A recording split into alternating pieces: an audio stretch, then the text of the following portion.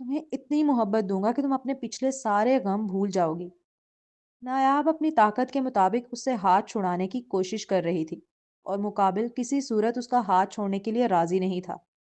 اس کے لیے وہ صرف ایک ہاتھ نہیں تھا، اس کی پوری زندگی تھا۔ وہ اسے کیسے چھوڑ دیتا؟ ہاں، ماضی میں غلطیاں ہو گئی ہیں اس سے، لیکن وہ کفارہ بھرنے کے لیے تیار کھڑا تھا۔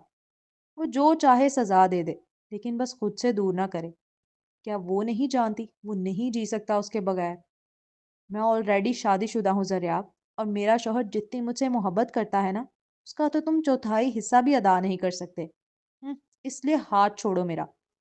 نایاب کو کبھی بھی کسی سے اتنی چڑ نہیں ہوئی جتنی اس لمحے زریاب کے لمس سے ہو رہی تھی۔ وہ ایک پریگننٹ عورت تھی، ایسے میں جذبات کا تغیرات کا شکار ہونا ایک بہت عام بات ہے۔ ویسے نایاب اپنے جذبات کو کنٹرول کرنے میں بہت مہارت رکھتی تھی، لیکن زریاب کے لمس سے اسے شدت سے چڑ ہو رہی تھی۔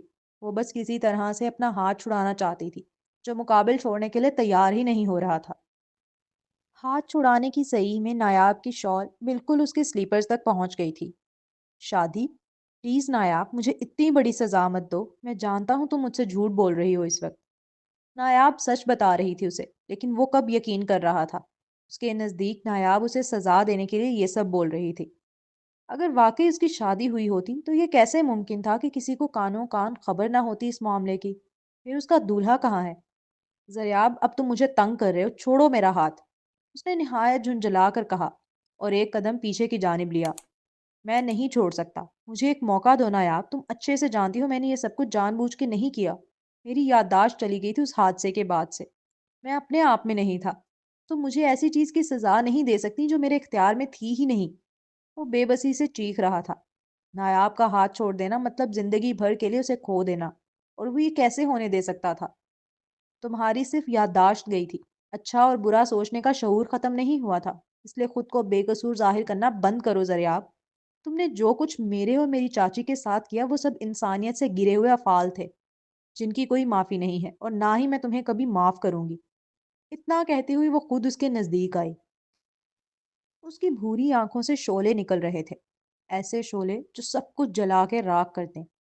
تمہیں شاید اندازہ نہیں ہے کتنی دعائیں مانگی ہیں میں نے اس دن کے لیے کہ جب تمہاری یادداشت واپس آئے اور تمہارا گرد تمہارے جسم کے پور پور پر حاوی ہو جائے، تمہیں سانس لینے میں بھی دشواری ہو، اتنی اذیت ہو، پھر تم مجھ سے معافی مانگو اور تڑپو، اور میں تمہیں اسی طرح ٹھکرا دوں جیسے تم مجھے ٹھکرا دیا کرتے تھے۔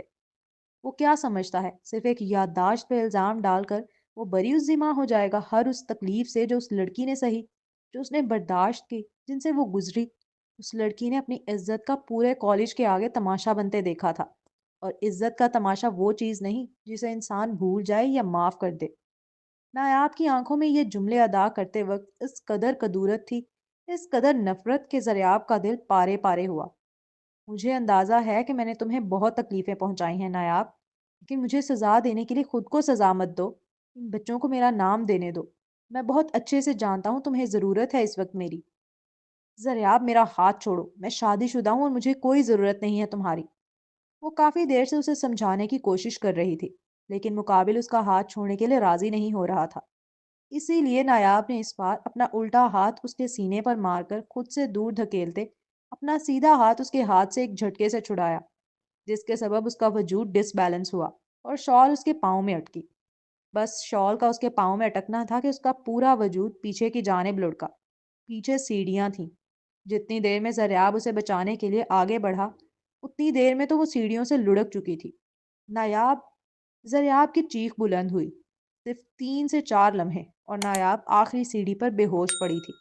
نایاب! وہ چیختا ہوا عجلت کے ساتھ سیڑھیوں سے نیچے اترا۔ نایاب اٹھو! اس نے نایاب کے اس بے سود پڑے وجود کو اپنی جانب موڑا۔ وہ چیخ رہا تھا، اس کی چیخیں دل لرزا دینے والی تھیں۔ نایاب کے وجود سے خون رسنے لگا، جسے دیکھنے کے بعد وہ مزید خوفزدہ ہوا۔ نایاب، تمہیں کچھ نہیں ہوگا، میں تمہیں کچھ نہیں ہونے دوں گا۔ وہ پاگل ہوئے جا رہا تھا۔ اس کی چیخیں دل دہلا دیں اتنی اذیت ناک اور کرب سے بھری تھیں۔ ہر چیخ پر محسوس ہو رہا تھا جیسے اس کی جان نکل رہی ہو۔ یہ تمہارے لیے تحفہ ہے شہنشاہ، تمہارے ڈیڈ کی جانب سے۔ حنین نے اس کی جانب ایک باکس بڑھایا تھا، جسے کیسر نے بغیر کسی خاص تاثر ظاہر کیے اسبات میں سر ہلا کر قبول کر لیا۔ وہ باکس کافی بھاری تھا۔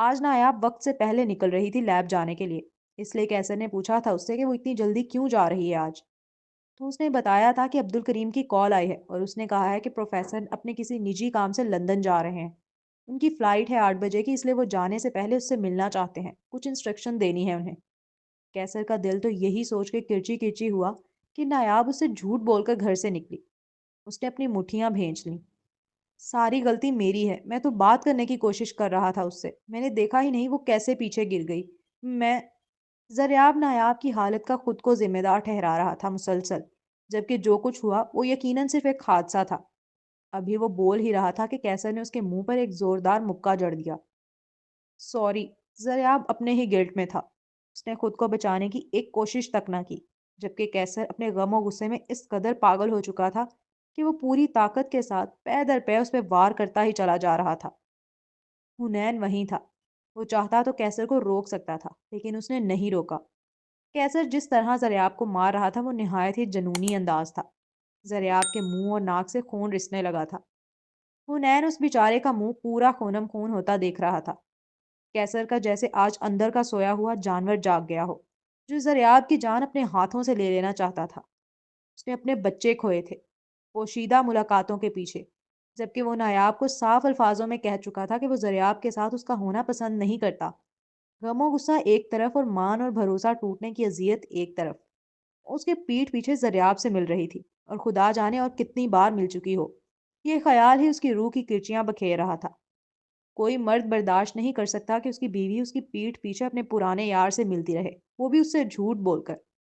حنین مسکرانے لگا، اور وہ مسکراہٹ بہت معنی خیز تھی، جیسے وہ اسی لمحے کے انتظار میں بیٹھا تھا۔ یہ لو، اور ساری گولیاں اس کے سینے میں اتار کر قصہ ختم کر دو شہنشاہ آج۔ حنین بجائے کیسر کو سنبھالنے اور اس کا غصہ کم کرنے کی کوشش کرنے کے، الٹا آگ میں گھی ڈالنے کا کام کرنے لگا۔ اس نے گن نکال کر کیسر کی جانب بڑھا دی، یہ کہتے ہوئے کہ زریاب کو مار دے۔ جس قدر کیسر غضبناک حالت میں تھا، جس طرح وہ زریاب کو مار رہا تھا، جس طرح اس کی آنکھیں انگارے برسا رہی تھیں، حنین اچھے سے واقف تھا کہ وہ اپنے غصے میں زریاب کا قتل تک کر دے گا، اور یہی تو وہ چاہتا تھا، یہی تو وہ ذریعہ تھا جس سے وہ کیسر کو اپنی دنیا میں لے جا سکے۔ ایک بار اسے اپنے ہاتھ میں گن اٹھا لی تو پھر وہ ان کا۔ نایاب کو کوئی خرگوش بھی مارے نا تو کیسر اس شخص کو زندہ زمین میں گاڑ دے۔ پھر سامنے کھڑے شخص نے تو اس کے بچے مارے تھے، اس کے جگنو کو ہسپتال پہنچایا تھا، وہ اسے کیسے چھوڑ دیتا؟ اگر وہ اپنی محبت میں جان لے سکتا تھا تو مقابل بھی اپنی محبت میں جان دے سکتا تھا۔ اس کا خون تیش مار رہا تھا۔ جب حنین نے اس کے آگے گن بڑھائی تو اس نے ایک بار بھی نہ سوچا اور فوراً پکڑ لی۔ زریاب زخموں سے اس قدر چور چور ہو چکا تھا کہ کیسر کے ہٹتے ہی وہ نیچے کی جانب بے سوت اور نڈھال ہو کر گر پڑا۔ کیسر نے اس کے سامنے ہی گن لوڈ کی اور اس کے سر پہ لگا دی۔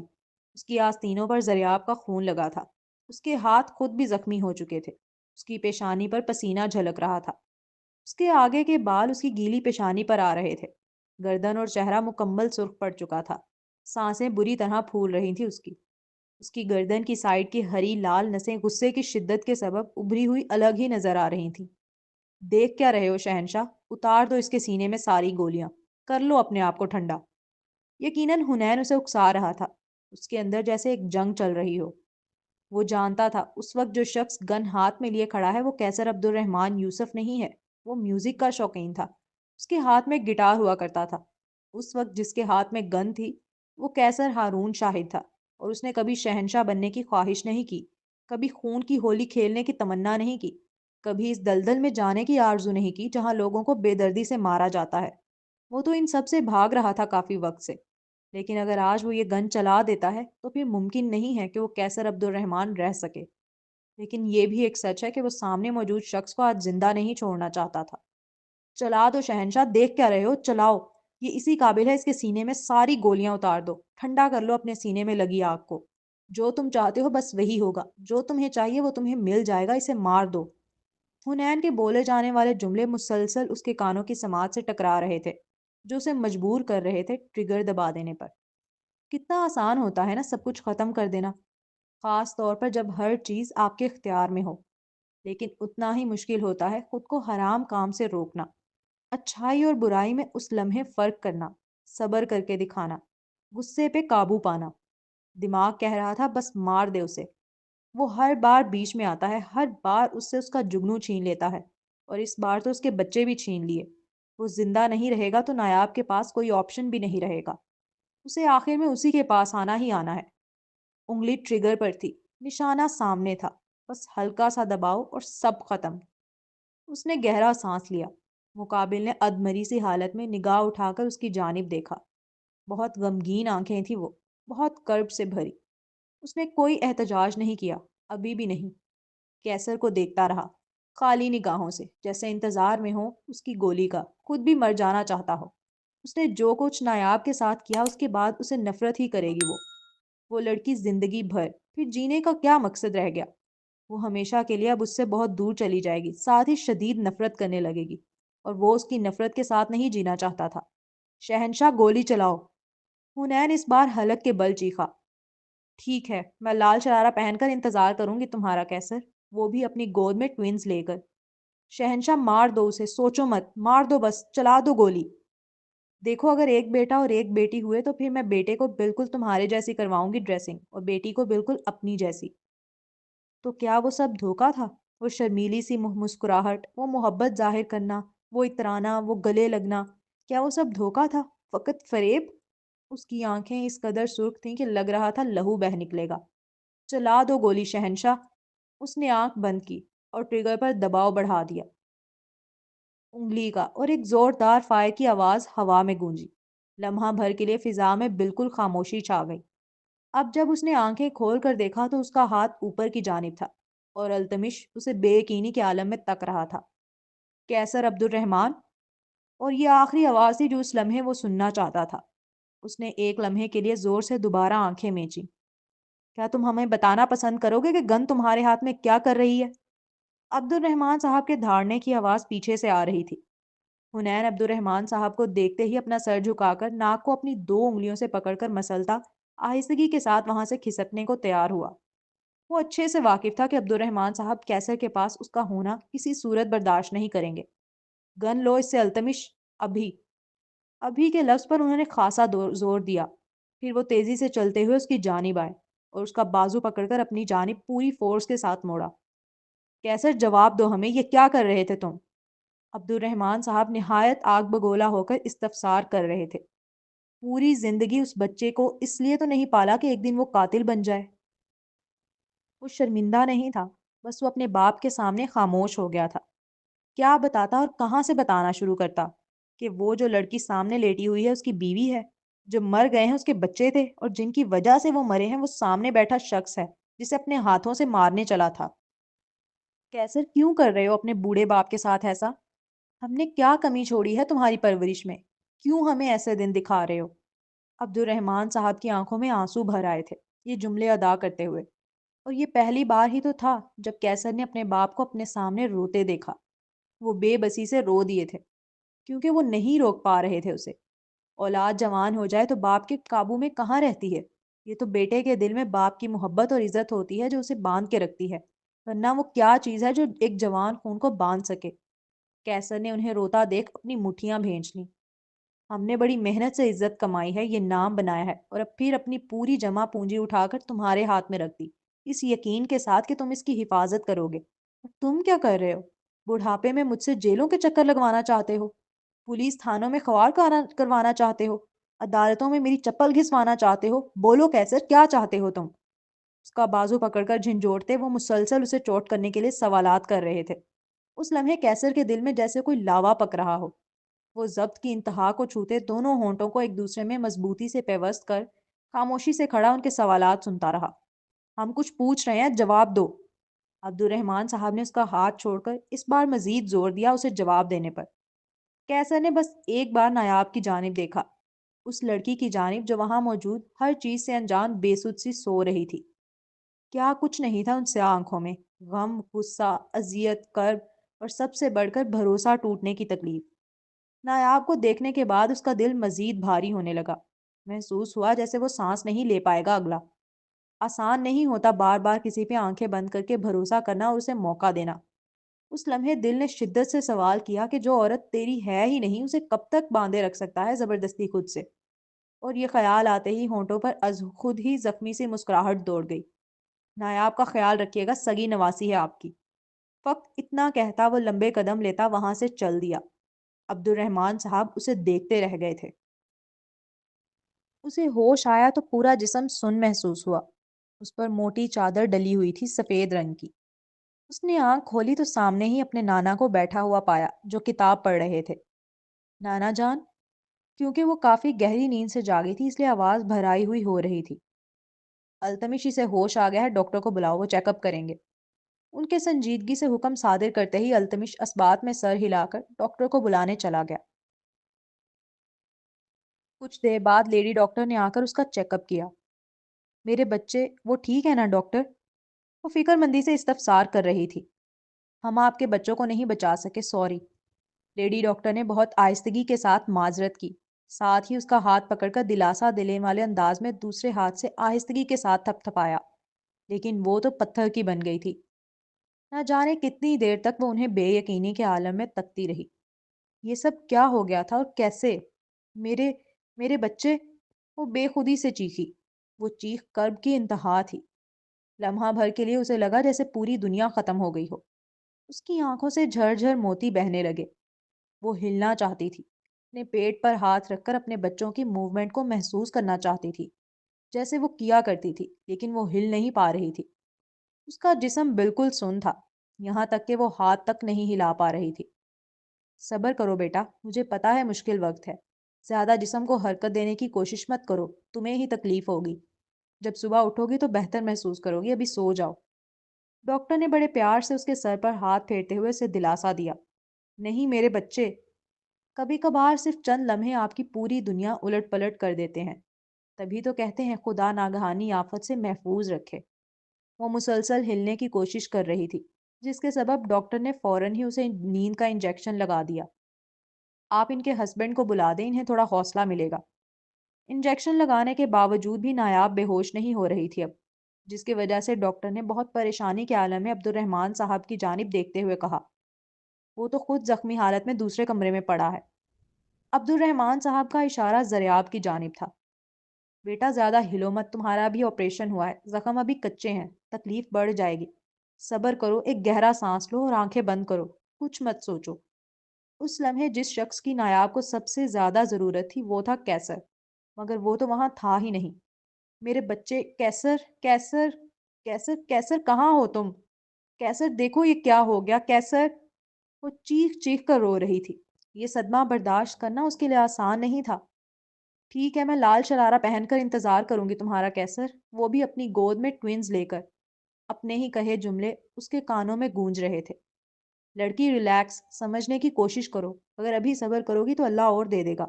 چیزوں کو کمپلیکیٹ مت کرو، آنکھیں بند کرو، گہرا سانس لو۔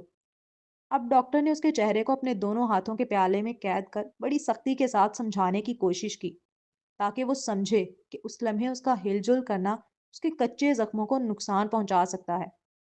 کیسر! کیسر! وہ نہیں سن رہی تھی اس لمحے۔ اگر وہ کسی کو دیکھنا چاہتی تھی تو وہ صرف اس کا شوہر تھا۔ وہ اپنے کیسر سے ملنا چاہتی تھی، اس کے سینے سے لگ کر رونا چاہتی تھی۔ سانس لو اور آنکھیں بند کرو، کچھ نہیں ہوا ہے، اللہ سب ٹھیک کر دے گا۔ اس بار ڈاکٹر نے ڈپٹ بھرے لہجے میں کہا۔ لڑکی سانس لو۔ نایاب نے سانس لینا بند کر دیا تھا، اس کا منہ کھل گیا تھا، وہ سانس نہیں لے رہی تھی اب۔ یہ دیکھ ڈاکٹر، نرس، التمش سب پینک ہوئے، جبکہ عبد الرحمان صاحب بھی تھوڑا سا فکر مند ہو کر اپنی کرسی سے کھڑے ہو گئے تھے۔ جگنو! نایاب کی حالت دیکھ وہ جو دروازے پر ابھی آ کھڑا ہوا تھا فوراً ہی بھاگتے ہوئے اس کی جانب آیا۔ وہ بڑی انا میں آیا تھا کہ بس دیکھ کر چلا جائے گا، لیکن وہاں کا منظر دیکھنے کے بعد اس کی خود کی روح نکل گئی مانو۔ جگنو سانس لو، میں نے کہا سانس لو جگنو، سب ٹھیک ہے، دیکھو میں آیا ہوں۔ کیسر نے فوراً ہی ڈاکٹر کو ہٹایا اور خود اس کے حسین سفید پڑے چہرے کو اپنے ہاتھوں کے پیالے میں لیا۔ نایاب کی آنکھیں اوپر کی جانب چڑھ چکی تھیں، اس کا چہرہ ٹھنڈا پڑ رہا تھا کہ جب کیسر نے اس کے چہرے پر اپنے ہاتھ مس کیے تو اسے لگا جیسے اس نے برف پہ ہاتھ رکھ دیا ہو۔ وہ اسے احساس لانے کی کوشش کر رہا تھا کہ وہ آ گیا ہے۔ جگنو سانس لو، سب ٹھیک ہے، کچھ نہیں ہوا، میں سب ٹھیک کر دوں گا، ہم سب ٹھیک کر لیں گے، سانس لو بس، پلیز سانس لو۔ میں جانتا ہوں تم سن سکتی ہو مجھے، میں بہت اچھے سے جانتا ہوں تم نیند میں بھی میری باتیں سنتی ہو، مجھے پتا ہے تم سن رہی ہو مجھے، سانس لو پلیز، سانس لو جگنو، میں مر جاؤں گا یار، میرے ساتھ ایسا مت کرو، اٹھو، ہوش میں آؤ۔ وہ مسلسل اس سے بات کر رہا تھا، اسے واپس لانے کی کوشش کر رہا تھا زندگی کی جانب۔ اسے یقین تھا وہ سن رہی ہے۔ وہ بہت اچھے سے جانتا تھا کہ وہ نیند میں بھی اس کی باتیں سنتی ہے۔ اس کی ایسی کوئی عادت نہیں جو کیسر نہ جانتا ہو۔ وہ حفظ تھی اسے، اور ایسی حفظ ہوئی تھی کہ وہ خود کو بھول گیا تھا۔ اگر خود کو بھولا نہ ہوتا تو یہاں آتا اس وقت؟ جو زخم اس لڑکی نے دیے تھے مانا وہ بہت گہرے تھے، لیکن وہ ٹھہرا عاشق۔ جتنے لوگ وہاں موجود تھے سب اس منظر کو دیکھ رہے تھے، اور بتا پانا مشکل تھا کہ جان کس کی جا رہی ہے، نایاب کی یا اس نوجوان کی جو چیخ رہا تھا، جگنو سب ٹھیک ہے، یقین کرو سب ٹھیک ہے، جب تک تم میرے پاس ہو سب ٹھیک ہے۔ عبد الرحمان صاحب پہلی بار کیسر کو اس قدر جذباتی ہوتا دیکھ رہے تھے، اور ان کے لیے یہ حیران کن بات نہیں تھی، کیونکہ وہ جانتے تھے نایاب کے لیے وہ ایسے ہی جان وارتا ہے۔ تبھی تو اتنے سالوں سے ان کا فرما بردار بن کے رہا ہے، ورنہ جیسا وہ آزاد پنچھی تھا کوئی قید کر سکتا تھا اسے؟ ڈاکٹر اور نرس دونوں نایاب کے ہاتھوں کو مسلسل مسل رہے تھے تاکہ اسے گرمائی پہنچے۔ کیسر بھی مسلسل اس کے چہرے کو تھپ تھپا رہا تھا، اسے مجبور کر رہا تھا زندگی کی جانب واپس آنے پر۔ جگنو سانس لو، سنو میری بات، سانس لو۔ ابھی سب ختم نہیں ہوا ہے، تمہیں تو اپنی ماں کے لیے دوائی بنانی ہے نا؟ بھول گئی تم؟ تمہاری زندگی کا مقصد ہے اپنی ماں کے لیے دوائی بنانا۔ وہ انتظار کر رہی ہیں تمہارا جگنو، ان کی آنکھیں منتظر ہیں اپنی بیٹے کی۔ واپس آؤ جگنو، میرے لیے نہیں تو اپنی ماں کے لیے۔ تم کیا چاہتی ہو وہ زندگی بھر ایسے ہی جیتی رہیں؟ کیسر کے بولے جانے والے جملے جتنے نایاب پہ اثر انداز ہوئے، اتنے ہی اس سامنے کھڑے شخص پہ بھی ہوئے، جسے کوئی فرق ہی نہیں پڑتا تھا وہ لڑکی جیے یا مرے۔ اپنی ماں کا سنتے ہی جیسے زندگی بھر کا مقصد یاد آ گیا ہو۔ اس کی آنکھوں کی پتیاں نیچے کی طرف آئیں۔ اس نے سانس لیا۔ نایاب زندگی کی جانب دوبارہ صرف تب آئی جب اس کی ماں کا ذکر ہوا، اور یہ بات عبد الرحمان صاحب جیسے سخت پتھر دل شخص کو موم کر گئی کہ کوئی ہے جو ان کی بیٹی کو ان سے زیادہ چاہتا ہے، جس کی زندگی کا مقصد ہے ان کی بیٹی کی صحت یابی۔ ہاں سانس لو، آہستہ آہستہ لو، سب ٹھیک ہے۔ کیسر نے اپنی پیشانی اس کی پیشانی سے ٹکا دی آہستگی کے ساتھ۔ وہ آہستہ آہستہ سانس لے رہی تھی، اور اس کی سانسیں ہی کیسر کی سانسوں کو دوام بخش رہی تھیں، کیونکہ اب جب وہ نارمل ہونے کی جانب آئی تو اس پہ دوائی کا اثر بھی ہونا شروع ہوا، اور اس کی آنکھیں آہستگی کے ساتھ بند ہوتی چلی گئی۔ آخری چہرہ جو اس نے دیکھا وہ اس کے کیسر کا تھا۔ اب کیسی طبیعت ہے تمہاری لڑکی؟ نایاب کی آنکھ کھلی تو عبد الرحمان صاحب پھر اسے اپنے سامنے کرسی پر بیٹھے نظر آئے۔ ان کے لہجے میں آج ہر بار کی طرح چڑچڑاپن یا حقارت نہیں تھی۔ ٹھیک ہے، بہت آہستگی کے ساتھ اس نے دو لفظ ادا کیے۔ کیونکہ تم میری نواسی ہو اس لیے میں تمہیں کچھ وقت کے لیے باہر بھیج رہا ہوں۔ اچھا ہے تمہاری آب و ہوا تبدیل ہو جائے گی اور تم صدمے سے بھی باہر نکلو گی، ورنہ یہاں رہو گی تو روتی ہی رہو گی۔ انہوں نے نواسی کا لفظ ادا کیا تو نایاب نے حیرت سے ان کی جانب دیکھا۔ کیسر؟ وہ ابھی بولنے ہی لگی تھی کہ عبد الرحمان صاحب نے بغور اسے دیکھا، جو اشارہ تھا چپ ہو جانے کا۔ کیسر کی فکر کیوں کر رہی ہو؟ ہیڈ آف دا فیملی میں ہوں، حکم میرا چلتا ہے اس گھر میں، تمہارے کیسر کا نہیں۔ مانا وہ ڈپٹ بھرے لہجے میں کہہ رہے تھے، لیکن اس کے باوجود نایاب نے ان کے لہجے میں کافی لچک محسوس کی۔ تمہاری ماں انگلینڈ میں ہے، میں نے اسے کچھ وقت پہلے ہی بھیجا ہے، تمہیں بھی میں وہیں بھیج رہا ہوں۔ اچھا ہے اس کے ساتھ رہو گی تو اپنا غم بھول جاؤ گی، خیال رکھنا اپنی ماں کا۔ نایاب کے لیے وہ لمحہ کسی خواب کا سا تھا۔ کتنے سالوں بعد اسے اپنی ماں سے ملنے کا موقع مل رہا تھا۔ اس نے اپنے بچے کھوئے تھے، اس کا غم بہت بڑا تھا، لیکن جو سامنے سے نعمت مل رہی تھی وہ بھی کم نہ تھی۔ زندگی بھر انتظار کیا تھا اس نے اس لمحے کا کہ جب وہ اپنی ماں سے ملے، ان کے سینے سے لگے، ان کی گود میں لیٹے، ان سے پیار کرے، ان سے باتیں کرے، انہیں بتائے وہ کتنا یاد کرتی رہی انہیں۔ نایاب کو یاد آیا کیسر بھی اسے انگلینڈ ہی بھیج رہا تھا، شاید اسے پہلے سے ہی خبر تھی اس کی ماں کے وہاں ہونے کی، تبھی وہ اسے بھی وہاں بھیج رہا تھا۔ نایاب 3 دن تک دوائیوں کے زیر اثر رہی۔ وہ جب بھی ہوش میں آتی عبد الرحمان صاحب کو ہی کمرے میں پاتی۔ کبھی کبھار کیسر بھی نظر آتا، لیکن وہ کچھ بولتا نہیں تھا، بس اس کے برابر میں خاموشی سے بیٹھا رہتا، کیونکہ اسے ایک بار پینک اٹیک آ چکا تھا۔ اس لیے ڈاکٹر کی سخت تاکید تھی کہ نایاب کو ذہنی سکون میں رکھا جائے، اس سے کوئی بھی ایسی بات نہ کہی جائے جس سے وہ ذہنی طور پر ڈسٹرب ہو۔ میں نایاب کو انگلینڈ بھیج رہا ہوں، عبد الرحمان صاحب اطلاع دینے والے انداز میں بتا رہے تھے۔ جانتا ہوں، مقابل نے سرسری سے انداز میں جواب دیا۔ عبد الرحمان صاحب کا گمان تھا شاید وہ احتجاج کرے گا، وہ کب خود سے دور جانے دیتا ہے نایاب کو، لیکن اس کا جواب توقع سے بالکل برعکس آیا تھا۔ میں اسے اس کی ماں کے پاس بھیج رہا ہوں۔ کہیں نہ کہیں وہ ڈر رہے تھے اب کیسر سے، اس لیے خاصا جتایا کہ وہ نایاب کو کوئی نقصان نہیں پہنچا رہے، صرف اس کی ماں کے پاس بھیج رہے ہیں، کوئی غلط اٹینشن نہیں ہے اس بار ان کی۔ جانتا ہوں، اس بار بھی اس کا جواب لاپرواہ سا ہی تھا۔ سیل ہاتھ میں لیے نگاہیں نایاب پر ٹکائے اور عبد الرحمان صاحب کو جواب دے رہا تھا۔ اور ایسا نہیں ہے کہ عبد الرحمان صاحب دیکھ نہیں رہے تھے کہ وہ بظاہر ہی موبائل چلا رہا ہے فقط۔ میں اسے کل انگلینڈ بھیج دوں گا ڈاکٹر کی ٹیم کے ساتھ۔ ہم اس نے آہستگی کے ساتھ اسبات میں سر ہلایا۔ عبد الرحمان صاحب محسوس کر رہے تھے نایاب کے ساتھ ہوئے حادثے کے بعد سے وہ بہت خاموش سا ہو گیا ہے۔ جہاں نایاب سیڑھیوں سے گری وہاں پر کیمرے نہیں تھے، اسی لیے یہ بات سوائے زریاب اور نایاب کے کوئی نہیں جانتا کہ ان کے درمیان کیا بات ہوئی اور نایاب کس طرح گری۔ نایاب کی حالت ایسی تھی نہیں کہ اس سے پوچھا جا سکے، اور زریاب سے کیسر خود پوچھنا نہیں چاہتا تھا۔ کہنے کو 3 دن ہوئے تھے، لیکن نہ جانے ایسا کیوں لگ رہا تھا میلوں کے فاصلے آ گئے ہوں بیچ میں۔ نایاب محسوس کر رہی تھی کیسر اس سے بالکل بھی بات نہیں کر رہا تھا۔ اس لمحے بھی وہ خاموشی سے اس کے قریب آیا اور اسے برائڈل سٹائل میں کیری کیا۔ اسے باہوں میں بھرتے ہی ایک لمحے کے لیے کیسر چونکا۔ نایاب کا وزن اتنا ہی بھاری تھا جتنا حالت پریگنینسی میں تھا۔ اس کا پیٹ جو تھوڑا بہت بڑا تھا وہ بھی جوں کا توں تھا۔ کیسر کی حیرت سے پھیلی آنکھوں کو نایاب نے فوراً محسوس کیا اور اس کی جانب دیکھا۔ دونوں کی نظریں ملیں۔ کیسر، اس کا بڑی محبت سے نام پکارنا کیسر کے اعصاب کو ڈھیلا کر گیا تھا۔ وہ بھول گیا وہ کس بات پر چونکا تھا۔ اب ساری توجہ صرف اس کی چمکتی بھوری آنکھوں کی جانب تھی، جو امید باندھے نظر آ رہی تھی، جو اسے ایسے تک رہی تھی جیسے کچھ کہنا چاہتی ہوں، لیکن شاید وہ سننا نہیں چاہتا تھا۔ ابھی بات کرنے کے ارادے میں نہیں تھا، اس لیے نظر چرا گیا۔ وہ بہت نڈھال سی حالت میں تھی۔ شاید دوائیوں کا زیادہ اثر تھا کہ کیسر کی نظر چراتے ہی اس نے بھی کچھ نہ کہا پھر، اور بس اس کے سینے سے اپنا سر لگا دیا۔ وہ اسے لے کر لفٹ کی جانب بڑھا۔ التمش پیچھے تھا سامان لیے ہوئے۔ تانیہ لفٹ کے پاس کھڑی ملی۔ ہسپتال کی چھت پر ان کا پرائیویٹ جیٹ تیار کھڑا تھا۔